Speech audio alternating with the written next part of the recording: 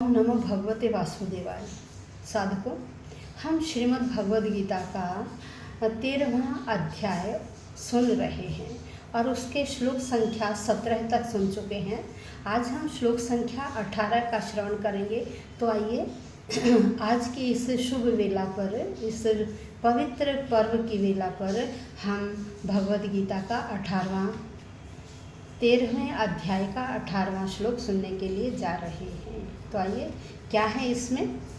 ज्योतिषामपि तज्ज्योतिस्तमसः परमुच्यते ज्ञानं ज्ञेयं ज्ञानगम्यं हृदि सर्वस्य विष्ठितम्। देखिए यहाँ क्या है, यहाँ कह रहे हैं कि भगवान तो हम सबके हृदय में स्थित है, वह तो प्रकाशक है।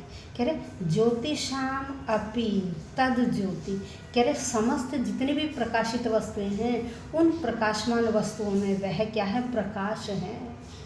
फिर तमसः परम उच्यते, तमसः अंधकार, परम उच्यते उनसे परे कहा जाता है। भाई परमात्मा में कहीं कोई अंधकार नहीं है। कह रहे अंधकार तो परमात्मा से परे है। ज्ञानम, कह रहे वो ज्ञान है। ज्ञेयम, वो जानने योग्य है। ज्ञानम, और वह ज्ञान द्वारा पहुँचने योग्य है। भाई हम ज्ञान से ही वहाँ तक पहुँच सकते हैं। फिर कह रहे सर्वस्य हृदय, हम सबके हृदय में विष्ठितम, वह विराजमान है। हम सबके हृदय में वह स्थित है। देखिए यहाँ क्या कहा कि भगवान सब ज्योतियों की ज्योति है, अंधकार तो वहाँ है ही नहीं। वही ज्ञान है, वही जानने योग्य है और वही हम ज्ञान के द्वारा पहुँच सकते हैं। तो देखिए ज्योति क्या है? ज्योति क्या है? प्रकाश है, ज्ञान है। और हमारे कान का जो शब्द है वो प्रकाशक है। कान का शब्द प्रकाशक है। भाई कान से हम क्या सुनते हैं? शब्द। शब्द हमारे ज्ञान का प्रकाशक है। ऐसे ही हमारी चमड़ी का क्या करते हैं? हम स्पर्श करते हैं। तो स्पर्श का प्रकाशक कौन है? चमड़ी है। शब्द का प्रकाशक कौन है? कान। चमड़ी हमारी क्या है? स्पर्श का प्रकाशक है। फिर गंध का प्रकाशक कौन है? भाई नाक गंध बताती है सूंघकर। इसके बाद क्या है?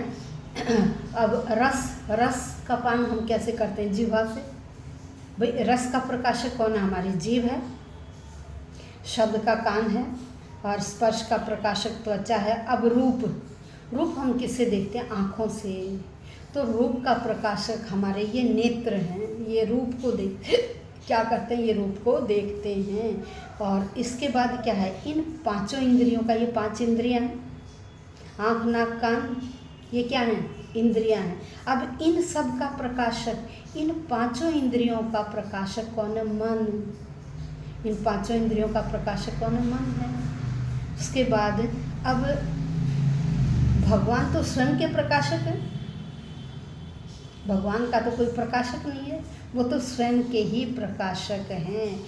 स्वयं प्रकाश परमात्मा का कोई प्रकाशक नहीं है। जैसे सूर्य में अंधकार कभी आता ही नहीं है। सूर्य क्या करता है? पूरे विश्व को उजाला देता है, रोशनी देता है। ऐसे ही जो परमात्मा है ना, वो भी प्रकाशक हैं, हमें प्रकाशित करने वाले हैं, हमें ज्योति देने वाले हैं। तो जब वो प्रकाशक हैं तो उनमें अज्ञान तो कभी आता ही नहीं।